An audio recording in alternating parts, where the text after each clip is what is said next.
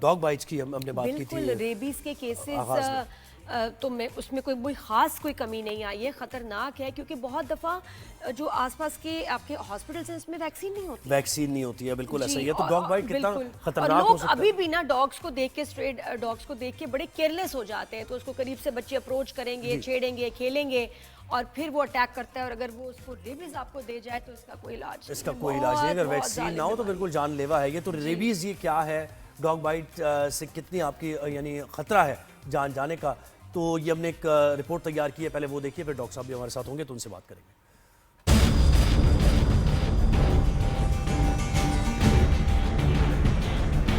کتے کے کاٹنے سے سب سے زیادہ خطرناک بیماری ریبیز ہوتی ہے. ریبیز ایک قسم کا وائرس ہے جو متاثرہ جانور کے لعاب یعنی سلائیوا کے ذریعے انسان کے جسم میں داخل ہوتا ہے. اگر بروقت علاج نہ کیا جائے تو یہ بیماری جان لیوا ثابت ہو سکتی ہے. یہ سوال عام ہے کہ کیا کتے کے کاٹنے کے علاوہ بھی کسی اور جانور کے کاٹنے سے ریبیز ہو سکتا ہے؟ جی ہاں, یہ خطرناک اور جان لیوا بیماری ہے جو زیادہ تر کتے, بلی, لومڑی, بندر یا دوسرے متاثرہ جانوروں کے کاٹنے سے پھیلتی ہے. اس کے جراثیم اعصاب کے ذریعے دماغ تک پہنچتے ہیں اور جب علامات ظاہر ہونا شروع ہوتی ہیں تو بیماری کا علاج تقریباً ناممکن ہو جاتا ہے. ریبیز کی ابتدائی علامات 1 سے 3 دن میں واضح ہوتی ہیں, جس میں ہلکا بخار, زخم کے مقام پر درد یا کھجلی, جلن, تھکن اور کمزوری, بے چینی اور ڈپریشن ہوتے ہیں. ریبیز کی واضح علامات چند دنوں میں ظاہر ہوتی ہیں, جن میں پانی یا ہوا کا خوف جسے ہائیڈروفوبیا یا ایروفوبیا کہا جاتا ہے. مریض پانی کو دیکھ کر یا پینے کی کوشش پر گھبراہٹ کا شکار ہو جاتا ہے. نمبر 2, زیادہ تھوک آنا. مریض کے منہ سے مسلسل رال ٹپکتی رہتی ہے کیونکہ اسے نگلنے میں دشواری ہوتی ہے. نمبر 3, شدید چڑچڑاپن اور بے چینی. مریض بہت زیادہ بے قابو اور پرتشدد رویہ اختیار کر سکتا ہے. نمبر 4, پٹھوں کا کھچاؤ اور دورے. نمبر 5, سانس لینے میں دشواری. سانس رکنے سے موت کا خطرہ مزید بڑھ جاتا ہے. اور آخری مرحلہ یہ ہوتا ہے کہ اگر علاج نہ کیا جائے تو 2 سے 7 دن میں مریض کوما میں چلا جاتا ہے اور بالآخر موت واقع ہو جاتی ہے. کتے کے کاٹنے کے فوراً بعد اینٹی ریبیز ویکسین ARV اور امیونوگلوبن لگوانا بہت ضروری ہے. علامات ظاہر ہونے کے بعد علاج مؤثر نہیں رہتا.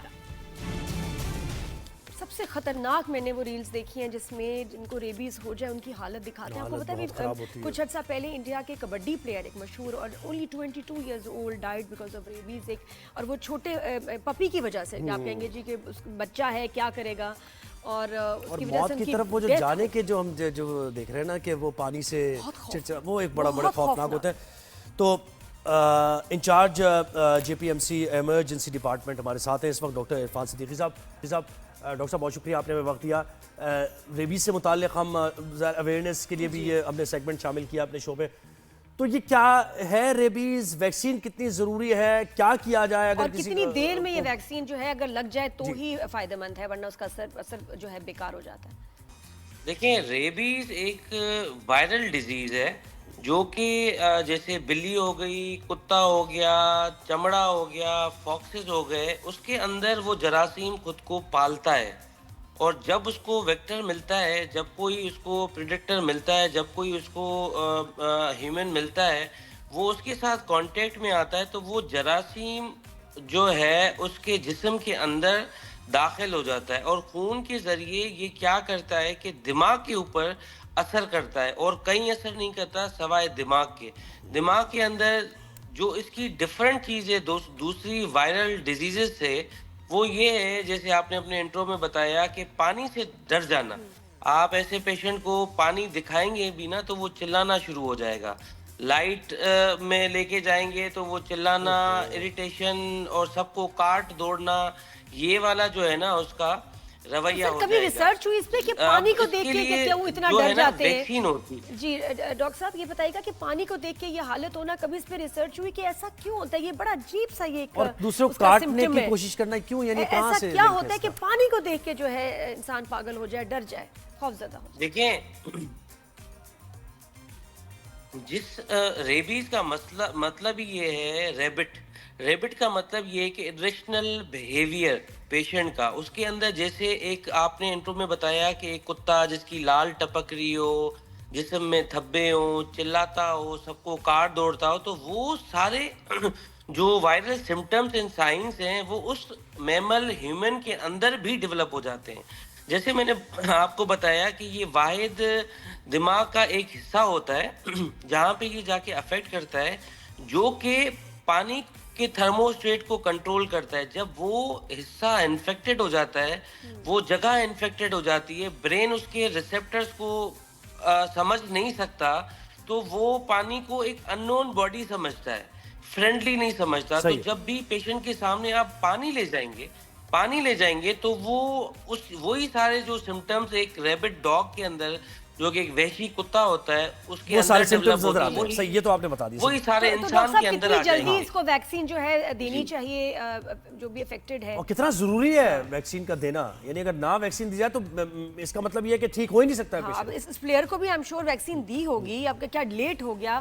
جی، WHO نے یہ جو ہے وہ کلیئرلی بتایا ہے کہ یہ 100% مورٹل ہے اور 100% جو ہے اس کا کیور ہے.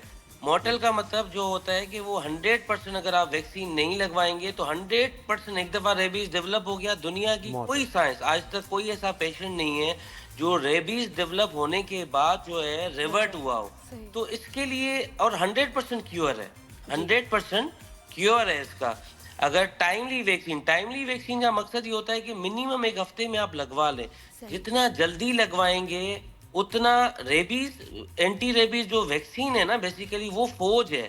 آپ کی باڈی کے اندر وہ اینٹی فوج موجود نہیں ہے اس جراثیم کے لیے، تو آپ نے ایک فوج داخل کرنی ہے. تو یہ اویلیبل کیوں نہیں ہوتی ڈاکٹر صاحب؟ اکثر یہ شکایات ملتی ہے کہ اویلیبل نہیں ہوتی، لڑے گی. یہ مہنگی ہے، کیا مسئلہ کیا ہے، کیوں اویلیبل نہیں ہوتی ہے مختلف اسپتالوں میں؟